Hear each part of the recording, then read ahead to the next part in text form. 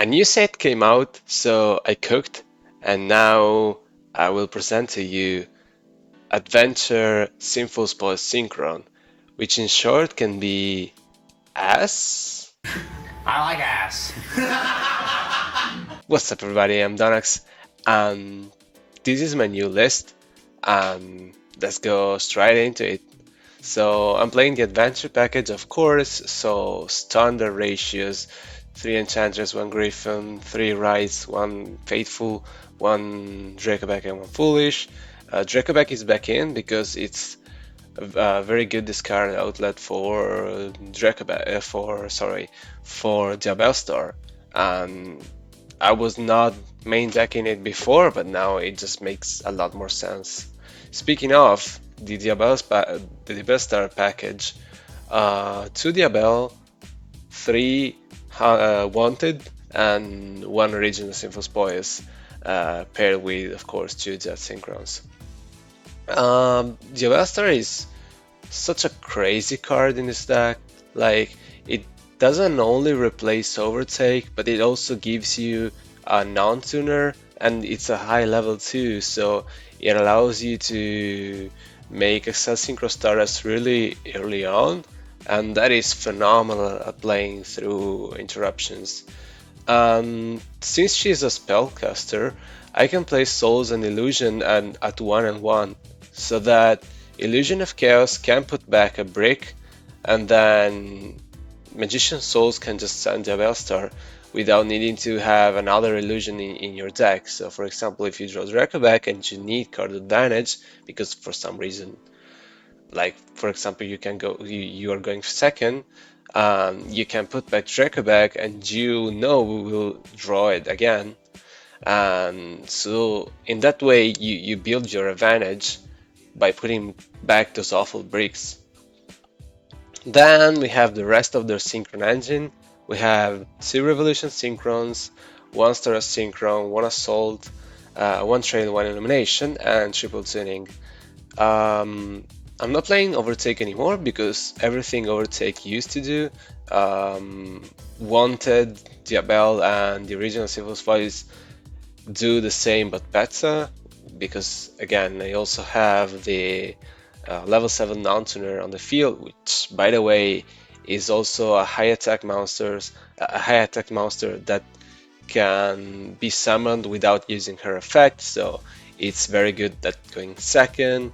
It like it's so it's very good at going second too. You can just summon her, not using the effect, and then beat over a random Fenrir or a Toad, and so it allows you to have even more flexibility on your plays. And I'm playing tuning because I cut Smallword. We don't need the to go -1 anymore because we can just tuning for Stardust, and Stardust is paired. It's very strong against the Diabellstarr. If we draw the right package, we can tuning for Jet or Revolution. So I think now tuning is good enough of a searcher of a consistency card, and that's why it's there again. And then from my interactions engine, I have triple S, triple Fenrir, triple tax, 3 impermanence. Really good card overall in the format. Plays very well into a lot of stuff. Tactics is only at 1 because I just want to see it at 1 copy every time. Like, I don't really need to see it. I prefer to see it going second, but if I draw it going first, I just want to draw it once. And the new addition of the deck is Synchro Rumble, a new target for Crimson, and that allows you to have even more extension when you're interrupted, or not, of course. Like, for example, in usual Revolution lines, I would keep Synchro Rumble for follow-up, because, like, your board is already FTK, so might as well keep it as follow-up. But it really shines when you start picking a board apart and you just have infinite resources. You get Crimson Dragon, you search, you have a revive, then Assault Synchron, get back. Like, once you get the ball rolling, it's really hard to stop us. And I'm playing 41 because um, I think it's easier to side like this. Because, for example, you don't want to side out the wanted, you don't want to side out anything of your synchron names because that's the bare minimum you can play. So, like, you can side out one Diabellstarr, you can side out the tunings because you're playing thrust in your side deck, and that makes the deck inherently more consistent. But for example, you cannot side out the brave stuff because it doesn't make any sense. And like having the 41st card, it allows you to have easier side patterns and ones that make more sense, basically. For my extra deck, let's go from low level to high level. I have Herald, I have Excel Synchron, Junk Speeder, of course, best card of the deck, and Yu-Gi-Oh! Stars Warrior, Black Rose Moonlight Dragon. You can cut one of these because you can just do the same. Like usually you go into charge and then you go into Excel Synchro Stars when you climb. You can do the same with Assault and Speeder going into Moonlight Rose Dragon and then Moonlight Rose and Jet into Synchro Stars. But I still believe there is nothing better in Stars Charge Warriors spot, and I'm also playing Black Rose Moonlight Dragon for a turn 3 play or a turn 2 play, but if I'm using this to combo, I don't have it anymore for my crackback, and so what's even the point of not going for charge? But if you really want to, you can cut it. One of the few flex spots of the deck. Omega, great card overall. Stardust Dragon and his brother, Access Synchro Stardust Dragon. Um, Please, guys, prioritize this when you're going second.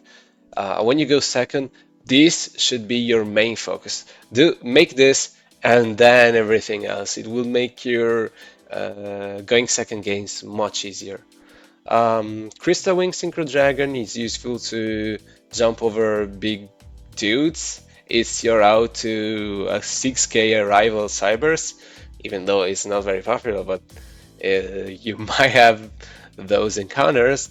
It's a very good threat once you get Revolution and level 4 into Black Rose Moonlight Dragon, and then Revolution Revive. This is the best threat you can have. Croc is very niche, but also important because I want to have a level 9 Synchro monster in my extra deck, specifically for when Access Stardust revives that Synchron. I want my Access Stardust being always able to tag out for something. So a level 9 really comes up, and sometimes you break on Fenrir and Assault Synchron and you draw one, and there you go. Now you have Riot and you have Jet, so you can play. So yeah, I think Croc is really cool. Also, having spot removal as possibly part of your end board is very strong. Because like this guy doesn't care about Typhon because it's low attack. So if they make Typhon, you have Calamity and Croc. You just end phase or battle phase whenever they use it. Pop the fucking shit, and now you just win. Then we go into the high level dudes. We have Despair, Baron, Crimson Dragon, which becomes even more powerful once we're playing Synchro Rumble, Mazurawa, and Calamity. Still play the Calamity Lock because it's just too convenient to do under draw. Speaking of draw, I'm playing it in my side deck. I don't think this card is main deckable at the moment, but I want it in my side deck. Also, I'm siding this in blind. When they blind scoop, I'm siding this many times because if they cannot play into Calamity, they're probably not a back row deck, so they're probably dying to draw a pair with another hand trap. The business is still very good. I like this ratio of 2 Drismore and 1 Magnum. Then 2 Thrust, and this makes second and third talent, so it's not just a random one-off, it's also thrust target, which is staying in my main deck. Herald of the Abyss for Pearly mainly, and as a thrust target, of course. Then I have Harpy's Feather Duster. This is cool because it makes Diabellstarr even better as a go second card. Like, if you're playing against a negate board, you won't use the effect, but if you're playing against a spot removal board, which is very common nowadays, you can get Diabellstarr at the Sinful Spoils of Subversion, and then it's just another pop. So it prompts two interruptions for my opponent.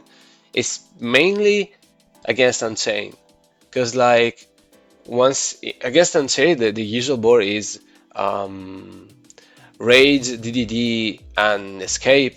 And if they don't address this with Escape, they lose their Caesar, and that is really good for me. Now we have Spellbound, which is very popular nowadays. I don't really like this card, but I'm still playing because it's very flexible. I want to still respect Pearly even though it's not very popular. I want to still respect Chimera, and it's good enough when you're going first. Like most of the times when you go first, either this or Impermanence are very strong. Like Spellbound, Imperv, Ash, and Draw, some sort of combination of these usually win you the game when you're going first. And if you draw none of these, you probably draw on full combo and you draw and you win anyway. And then evenly matched, thrust target, of course, very good against rescue ace. It's very good against tier, even though they make the toad. You just pay the toad and then you wipe everything because even crime most of the times won't even be live because they don't have that many T elements named nowadays. So really good card, worth it as and the slot is worth it. So that was about it. Um, Let me know what you think in the comments below and see you on the next video. Bye.